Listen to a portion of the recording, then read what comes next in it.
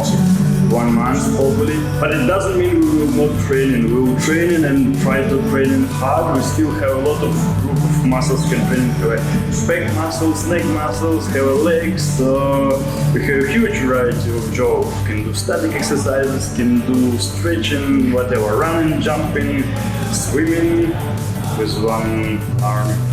Alright, so we'll use a lot of wonderful machines for be fit and hopefully I'll recover soon. We'll train even harder. Before training we load with calories, so some cooked vegetables with eggs, quite perfect choice, and salad of course with olive oil, different seeds, cabbage, carrot, beetroot, and so on. Okay, so now we're full of energy and ready to training. And yeah, if we have an injury, it doesn't mean we're supposed to miss our workout, because recovering time, it can take maybe 1 month or even longer, depending what injury you got and what you will miss all of your workouts during 2 or 3 months. No way. And you know, after, I don't know, 3 months, you already get your small muscle atrophy and you will lose your results as well. It doesn't matter what you're doing. You're playing football or you do the martial arts, etc. For sure. Maybe in 1 time nothing will happen, but 3 months, yeah, you will be not in the same shape for sure. So if you, let's say, injured your leg or whatever, you still have a various group of muscles you can working on. So if you cannot run or jump, okay, just do some stretching, do the statics. And I think like most important, just prevent the injury, just do everything for not get the injury, because afterwards you not only cannot do your trainings, also you might be not able to work or whatever, what even worse.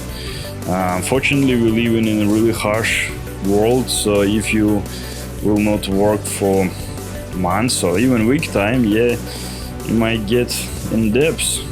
Not everyone rich yet, unfortunately.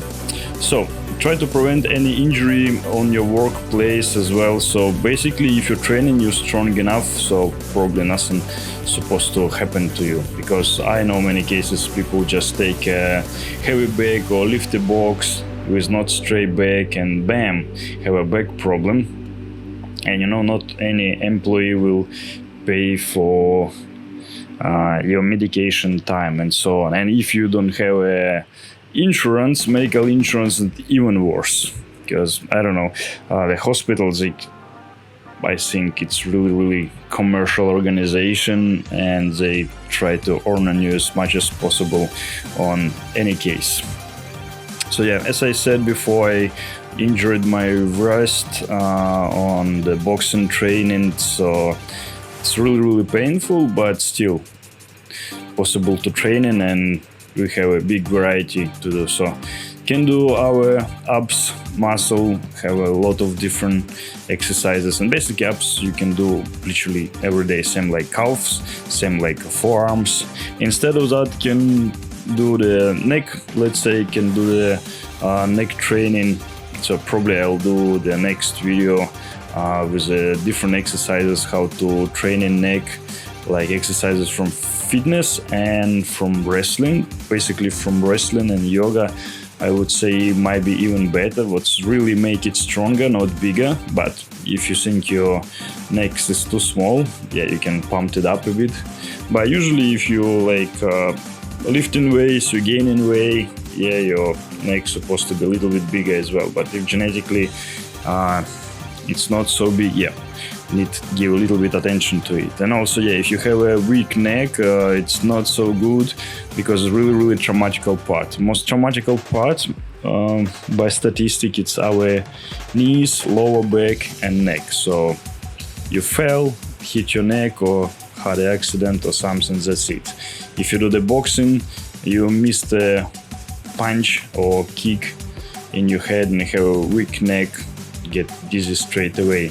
Instead, if you have a stronger one. And if you do the wrestling, they're even worse. You make a couple unfortunate fails and you're done.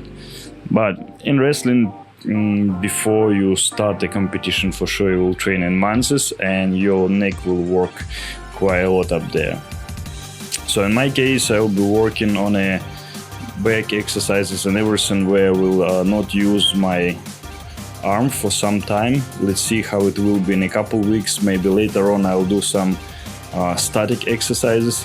So basically the best what you can do is static exercises instead of dynamic ones. So basically you still hold in certain position, and I think it's only way how you can make your tendons and joints stronger. So basically it's one of the way for prevent any injuries. So maybe we'll start to do it in a couple of weeks. We'll see how it's go, how it's feel like. So if it's painful, it's need listen to the body. Its body send you a signal. It means just don't do it, don't touch it. So no need to take any painkillers. I will not do any painkillers. Just trust my body, how it's going, and hopefully it will be well soon. So additionally, what we can do, we can increase our gelatin to the diet, what also good for tendons and joints, and much better if you can find gelatin from grass, not from animals, because all of the gelatin, also the other name is collagen. It have a lot of different varieties, depend from the price, and also depend how quick it digests. So all of the animals gelatin what's made from tendons and joints. So basically it's mixed, boil it, melt it to the powder, whatever. So jelly, marmalade, what you eat, it's made from animals. It's really low percent of digestion. It's less than 10% of digestion. So basically you waste a lot of product, and you need to eat a lot for get enough collagen what you need. And if you eat too much, so it might be cause going to toilet more often, so you might waste your food.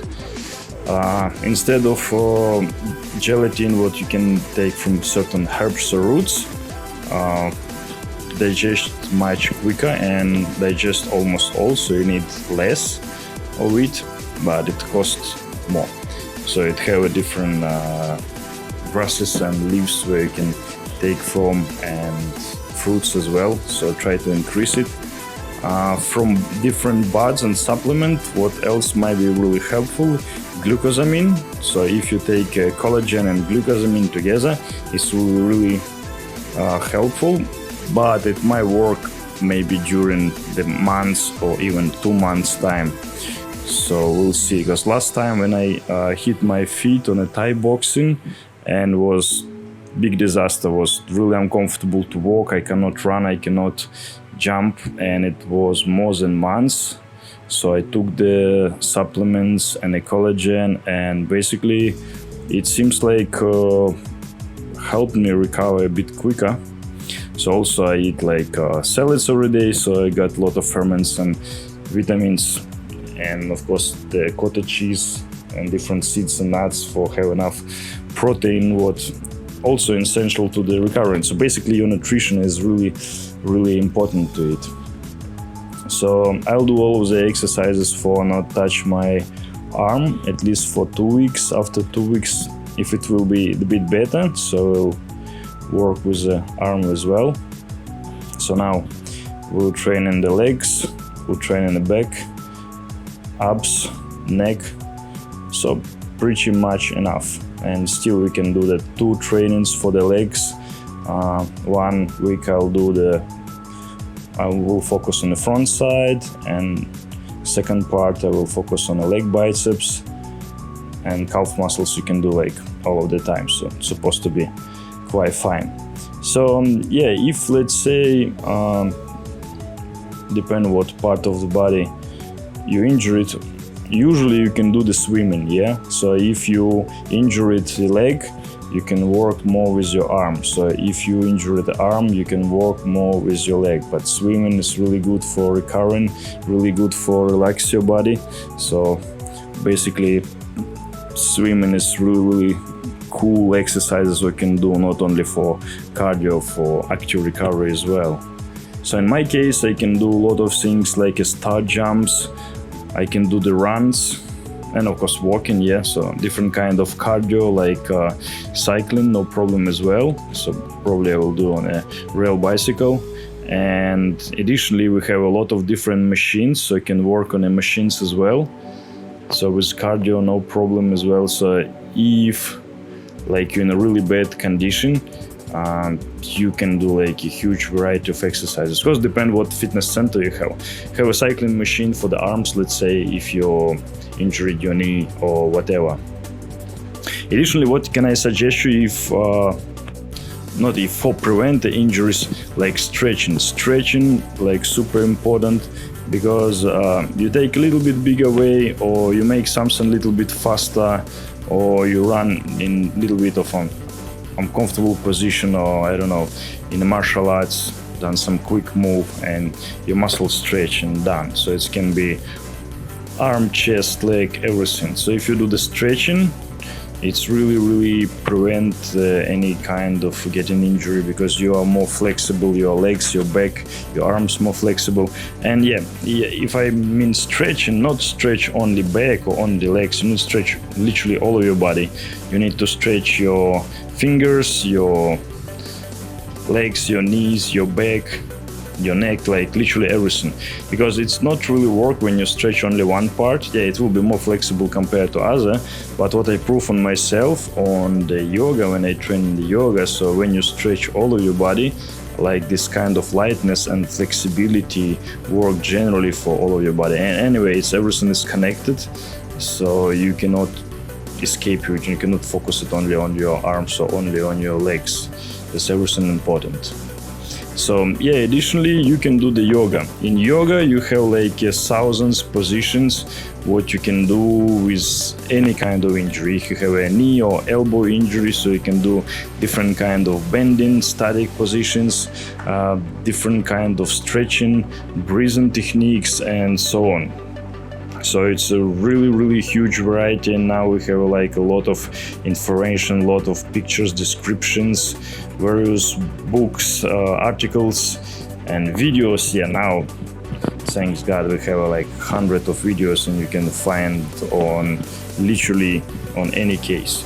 Maybe I'll do some videos about the yoga later as well, like share my experience, what I do. For example, if I train in my back too much, what exercises helps, and etc. But I think it will be more interesting if I find some like specialist, like someone who train in yoga like 10 or 20 years and really cool in that, and can give like a better suggestion, and let's say make focused on a different part of body. Let's say if you cannot work with arm, what exercises you can do. You cannot work with leg, what exercises you can do. So we can focus additionally and separate like standing positions for the balancing and static, and lay down positions, sitting positions, and so on. And so I done a yoga like for quite a while, but I wouldn't say so I'm super good enough for create a really good training for separate certain part for 1 hour or so on. But also I do it sometimes the cardio, and yeah, it help you to be lean, let's say. So yeah, depend what disorder you have. Some people, they even cannot train in when they have a stress or depression, but I think in opposite, you need to go to the gym, vice versa, you need to work out for boost your hormones, for make yourself happier. Or sometimes people have a problem with digestion, and any like small problem, people just prefer to not do anything. I heard a lot of complaints about a headache. Yeah, of course, if you have a headache or your blood pressure too high or too low, it's quite difficult for training, but always you can do like really simple cardio, like walking, let's say the walking, or you can do the rolling machine, or like I don't know, the cycling, like really easy. And I think in this case you can recover much quicker. Of course, hard exercises will be not really good in this case. So what else we need for prevent injuries? So basically it's video focused on beginners, because probably people who train in a year, they know all of that stuff as well. Warm up, need really good warm-up. It doesn't matter what you do, when you do the martial arts, you do the wrestling, you do the weightlifting or fitness or CrossFit, whatever. You take a bigger weight, like 10 or 20 kilo more than usual, or do something too quick, or you bend your knees in wrong place, or bend your back on a deadlift or anything else, yeah, and you got the injury. But when you warm, usually it's supposed to be nothing happen with you.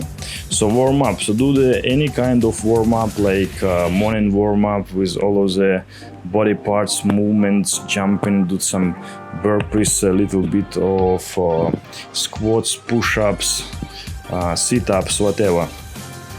What usually I do a little bit of run or jump, and basically it works well.